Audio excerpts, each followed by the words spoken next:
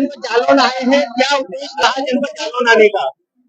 जनपद जालौन और अभी हम दुबई में एक बड़े सीनियर पत्रकार नील पटेल जी, जो मेरे वैचारिक भाई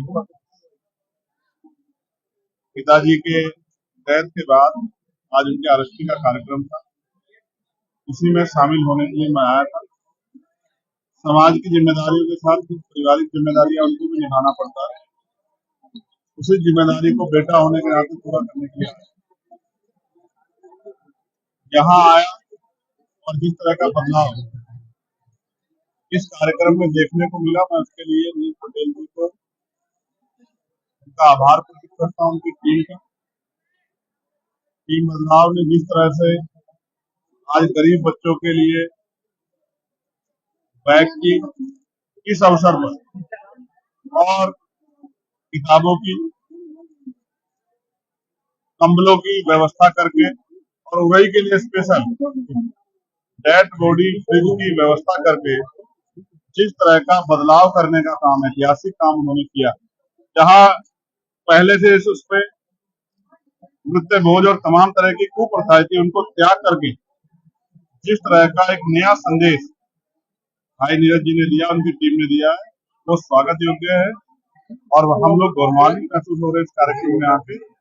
एक नया बदलाव हुआ समाज में, इससे एक बहुत बदलाव होगा और समाज को उसको फायदा होगा। यूपी सरकार के एक मंत्री हैं आशीष पटेल, जो अपनी सरकार के खिलाफ लगातार बयानबाजी कर रहे हैं, क्या लगता है कि वो आपके साथ आना चाहते हैं, विपक्ष की ओर उनका झुकाव हो रहा है?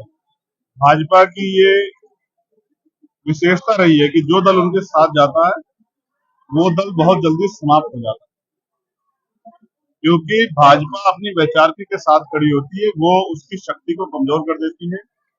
जिन लोगों ने भाजपा का दामन सामने से या पीछे से थामा है, उनको इसका खामियाजा आने वाले कल में भुगतना पड़ेगा। उसके लिए आपने एक संकल्प लिया है कि बाबा साहब के अपमान का सुसमेत बदला लिया जाएगा, तो क्या रणनीति किस तरह से रणनीति बता दी तो फिर बचेगा क्या? क्या किस तरह से लिया जाएगा? जो अभी यहाँ का बयान आया उसको किस तरह से देखते हैं? देखो, मैं तो उनसे उम्मीद ही नहीं करता कि आरएसएस भारतीय जनता पार्टी की वैचारिक कभी बाबा साहब अम्बेडकर के समर्थन में या उनके विचारों के समर्थन में रही है। मैं उनसे बहुत उम्मीद नहीं करता। आप इस तरह समझिए कि कोई कहे कि रसगुल्ला खट्टा हो सकता है तो ये अपवाद हो सकता है, क्योंकि रसगुल्ले का अपना एक टेस्ट, गुलाब जामुन का अपना टेस्ट। उसी तरह से आरएसएस भाजपा की एक वैचारिक है, वो हमेशा से संविधान, बाबा साहब अम्बेडकर की विचारधारा या मानवता की विचारधारा के खिलाफ है।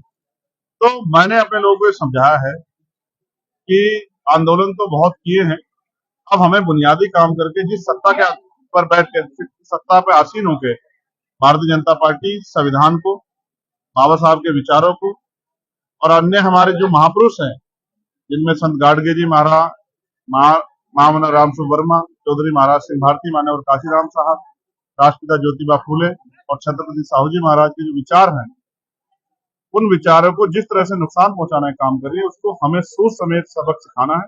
और उसका तरीका ये कि हम इनसे सत्ता छीने, उसके लिए हमें बहुजन समाज को जागरूक करना है और मेहनत करनी है। उसके लिए हमने संकल्प ले लिया है कि हम उसको करके दिखाएंगे।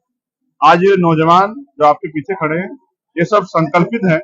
उत्साहित इसलिए है कि मैं बहुत दिनों में इधर आया हूँ, लेकिन ये संकल्पित है कि भारतीय जनता पार्टी को वापस उसी स्थान पे भेजेंगे जहां जनसंघ के समय थी।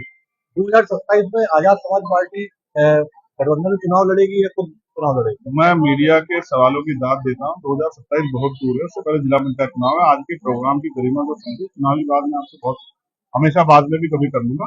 आज आप ये देखिए कितना बड़ा बदलाव है, आपको इस पर चर्चा करनी चाहिए कि जो समाज जिसको कहा जाता है कि भाई ये वर्ग जो है बहुजन वर्ग अनुशासन पाखंडवाद में डूबा रहता है, आज उन कुरीतियों को लात मारकर एक नई शुरुआत महापुरुषों के विचार की, बुद्ध भगवान बुद्ध से लेकर जो पूरी एक हमारी लेगेसी चली आई, उस विचारधारा को स्वीकार करके उसको आगे बढ़ाने का जो प्रयास हुआ, ये सराहनीय है। इसका जनता को स्वागत करना चाहिए और इसी तरह से दुख और सुख के अवसर में अपने महापुरुषों के रास्ते में चलना चाहिए।